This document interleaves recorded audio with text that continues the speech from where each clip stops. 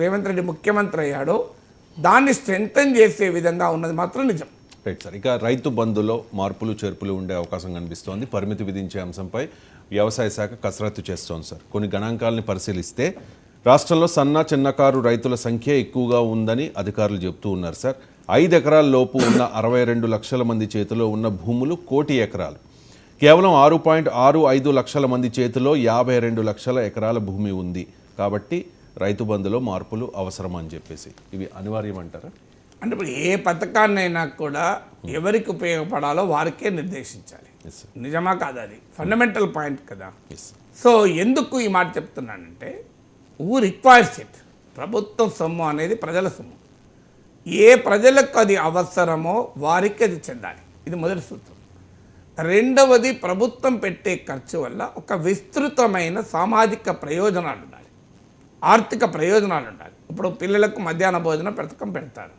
దానివల్ల పిల్లల హాజరు పెరిగింది, వాళ్ళ పౌష్టికాహార లెవెల్స్ పెరిగింది. ఆ మార్నింగ్ టీవీ అల్పాహార పథకానికి కూడా గత ప్రభుత్వము ఎలక్షన్ల ముందు ప్రకటించింది. సో అది డెఫినెట్గా ఉపయోగపడే పథకం. అంటే ఏ పథకానికైనా ప్రాతిపదిక ఏంటంటే, ఒకటి ద మోస్ట్ డిజర్వింగ్ సెక్షన్కి అది అందాలి. 2, దానివల్ల విస్తృతమైన సామాజిక ఆర్థిక ప్రయోజనాలు రావాలి. ఇప్పుడు ఎరువుల సబ్సిడీలు ఇస్తారు. ఎందుకు ఇస్తారు ఎరువుల సబ్సిడీలు? రైతుకు లాభపడడమే కాదు, కాస్ట్ ఆఫ్ ప్రొడక్షన్ పెరిగితే ప్రజలకు కూడా ఇబ్బంది అవుతుంది. ప్రజలకు ఆహార భద్రత కూడా కీలకమవుతుంది. ఇప్పుడు బియ్యం 100 రూపాయలు అయిందనుకోండి, సామాన్య ప్రజలు కొనలేరు. అందువల్ల వ్యవసాయానికి సబ్సిడీ ఇవ్వడం రైతులకు ఉపయోగపడడమే కాదు, వినియోగదారులకు కూడా కాస్ట్ ఆఫ్ లివింగ్ తగ్గుతుంది. అందువల్ల ఎప్పుడు కూడా ఒక సబ్సిడీని, ఒక ప్రభుత్వ సహాయాన్ని, పథకాన్ని ఈ ప్రాతిపదికనే ఎనలైజ్ చేయాలి. అందువల్ల రైతు బంధు ఇవ్వడం సరైంది. ఎందుకంటే రైతుకు పెట్టుబడి కూడా రాని పరిస్థితి ఉంది. వ్యవసాయం వయబుల్గా లేదు. వ్యవసాయం ఖర్చులు పెరిగాయి. ఈ ఖర్చులు తగ్గడం కీలకం. ఎందుకంటే రైతులు ఆదాయ భద్రతే కాదు, ప్రజల ఆహార భద్రతకు కూడా అది కీలకం. అందువల్ల డెఫినెట్గా రైతుకు సహాయం చేయడం కరెక్ట్. కానీ ఎవరికి సహాయం చేయాలి? పండించేవాడికి సహాయం చేయాలా? పండించకుండా రియల్ ఎస్టేట్ కొరకు అగ్రికల్చర్ ల్యాండ్ కొనుక్కొని దాన్ని కన్వర్షన్ చేయకుండా ఉంచుకున్న వాళ్ళకు చేయాలా? ఇప్పుడు పెద్ద పెద్ద సంస్థలు 50 ఎకరాలు 100 ఎకరాలు నా డబ్బులు ఉన్నాయి కదా అని చెప్పి, ఈవెన్ నల్ల డబ్బు కూడా, ఇవాళ అక్రమ డబ్బు అంతా కూడా వ్యవసాయంలోనే పార్కింగ్ అవుతుంది. ఎందుకు పార్కింగ్ అవుతుంది అందరికీ తెలుసు. 1 కోటి రూపాయలు ఉంటుంది ల్యాండ్ వాల్యూ మార్కెట్లో, అఫీషియల్ వాల్యూ 2 లక్షలు ఉంటుంది.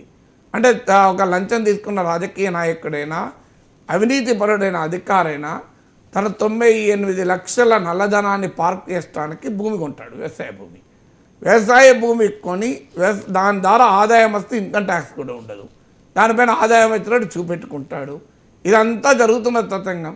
సో అలాంటి వాళ్ళు 50 ఎకరాలు కొని దాచుకుంటే అఫీషియల్గా 50 × 2 లక్షలు అంటే 1 కోటి రూపాయలు పెట్టాడు. ఇన్ రియాలిటీ 50 కోట్లు పెట్టాడు. ఇలాంటి వాళ్ళందరికీ రైతు బంధు భారీ ఎత్తున ఎకరానికి 10,000 అంటే ఇప్పుడు అది 16-15,000 అయిందంటే అది మొదలు ప్రభుత్వం పైన భారము. అదొక అంశం.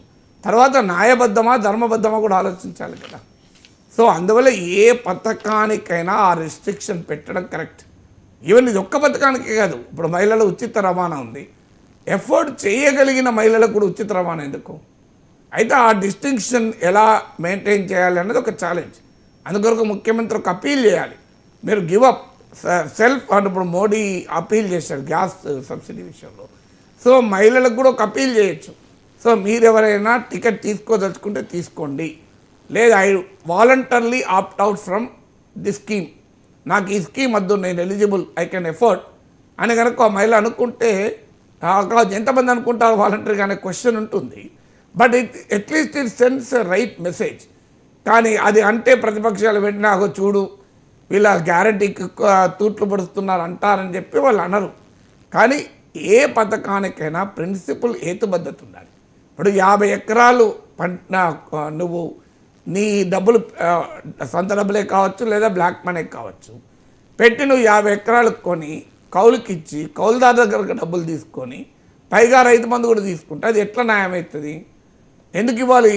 ఇన్కమ్ ట్యాక్స్ కట్టే వాళ్లకు నెలకు 1 కోటి రూపాయలు ఆదాయం ఉన్న సంవత్సరానికి 1 కోటి రూపాయల ఆదాయం చూపెట్టే వ్యక్తికి భూమి ఉంటే ఆ భూమికి రైతు బంధు ఎందుకు ఇవ్వాలి?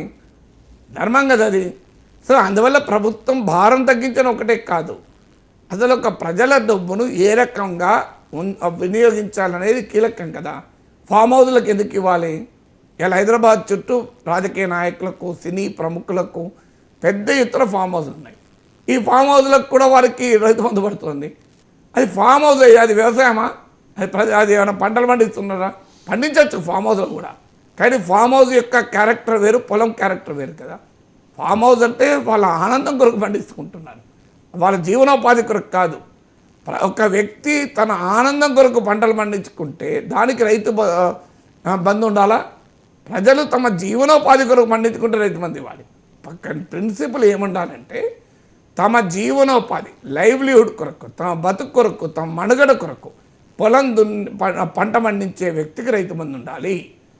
లేదు ఫామ్ హౌస్ లాగానో, లేదా నా దగ్గర సర్ప్లస్ డబ్బు ఉంది కనుక నేను పొలం కొని పెట్టుకుంటాను అనే వారికి రైతు బంధు ఎందుకు ఉండాలనేది క్వశ్చన్ మార్క్ కదా. డెఫినెట్గా ఆ మేరకు సంస్కరణ ఉండాలి. నిజంగా భూమి పంట పండించే కౌలు రైతుకు వాళ్ళ దక్కడం లేదు. గత ప్రభుత్వంలో మీకు కౌలు రైతుకి ఎక్కడా రైతు బంధు ఇవ్వమని చెప్పేశారు. అసలు కౌలు రైతు ఏమో కౌలు భారాన్ని మోస్తున్నాడు, కానీ రైతు బంధు రాదు. సో అందువల్ల తప్పనిసరిగా రైతు బంధులో ఈ సూత్రాల ఆధారంగా సంస్కరణలు చేపట్టాలి. మొదటిది, ఎవరైతే తమ జీవనోపాధి కొరకు భూమి పైన ఆధారపడుతున్నారో వారికి రైతు బంధు ఇవ్వాలి.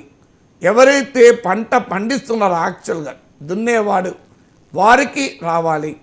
కేవలం తమ సర్ప్లస్ మనీ పార్క్ చేసుకోవడానికో, లేదా తమ వ్యక్తిగత ఆనందం కొరకు, ఆహ్లాదం కొరకు పొలం కొనుక్కొని ఫామ్ హౌస్లు కట్టుకున్న వారికి, లేదు ఇన్కమ్ ట్యాక్స్లు ఆల్రెడీ కడుతున్న వారికి, ఎవరికైతే అవసరం లేదో వారికి ఇవ్వకూడదు.